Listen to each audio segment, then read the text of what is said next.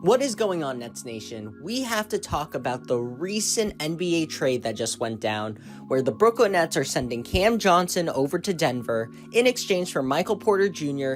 and a 2032 unprotected first-round pick. I think this is a huge win for Denver. In terms of scoring, Cam Johnson and Michael Porter Jr.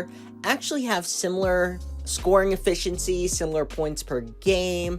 However, I do think we can skew Cam Johnson to being a more efficient player since he is the primary focal point of the Nets offense this past season. So I think in a system like Denver, where he would be more of a supplementary piece, he's either going to have a more efficient season or he is going to at least be able to keep up similar productivity. The main benefit, though, is that unlike Michael Porter Jr., he is a much better playmaker. A worse rebounder, but his assist-to-turnover ratio is about 2.0 from this past season, which, again, on 3.4 assists isn't much, but when Denver is trying to look for that connecting piece, it is a huge win.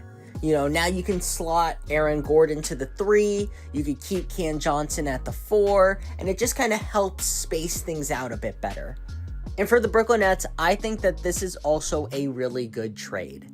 Now, the Nets have said that they wanted another young piece, maybe 2 first-round picks for Cam Johnson, but I think that that was a bit too high of an asking price for a player who isn't even an all-star. I get that the Mikal Bridges trade, we were able to get 5 first-round picks, but it does seem kind of lucrative to expect that we're going to be getting that kind of draft capital every single time we trade. Michael Porter Jr. isn't that much of a piece that we're going to really be worrying about. It's just one of those bad salary fillers that we're going to be holding on to. Not saying that MPJ is a bad player. I do think that he can carve out a great role in Brooklyn. I'm sure that the Nets can trade him for a couple of second-round picks in the future. But really, I think that Michael Porter Jr. is going to have one of his better scoring seasons as the primary focal point of the Nets offense in the 2025 to 2026 season. If we compound this with what the Brooklyn Nets did in the 2025 draft, we understand that they have a lot of playmaking pieces, but not really that many scoring options. Now, granted, I do think because Cam Johnson is a better playmaker, he fits more what Sean Marks is trying to build. That, 2014 San Antonio Spurs kind of vibe, where everyone is able to pass the rock, everyone's able to get at minimum 4 assists a game. But I do think that if you're going to have a lot of playmaking and you just need 2 guys to score, Cam Thomas and Michael Porter Jr. is going to be a fun kind of 1-2 punch for the Brooklyn Nets. Do I think that's going to contribute to winning games? Not necessarily, because again, for the team that Sean Marks and the Brooklyn Nets are trying to build, playmaking is the name of the game, and both Cam Thomas and Michael Porter Jr. are not great playmakers. If anything, they probably kill whatever kind of playmaking potential you can get. Now, in terms of the draft capital, I do think this is one of the better first-round picks you can get. Now, this draft pick is not going to convey until 7 years down the line. And by then, Nikola Jokic should be 37, 38 years old. So this is very likely going to be a lottery pick.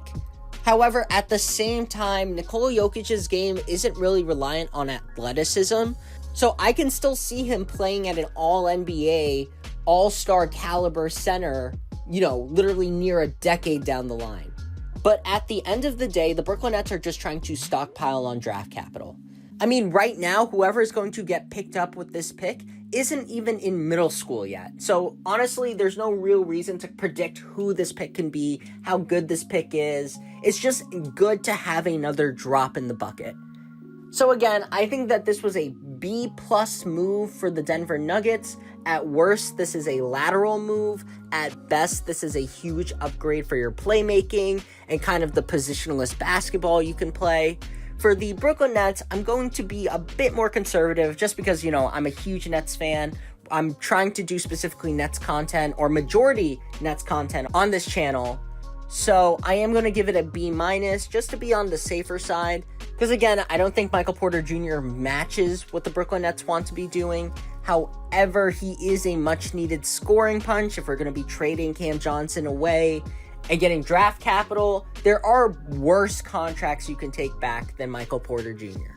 So let me know down in the comments what you think. If there is another trade or free agency signing you want me to talk about, I will definitely talk about it. I do have some Brooklyn Nets free agency stuff I want to go over. However, we're going to be doing that at a later date. This has been Above the Net, and I'll see you all real soon.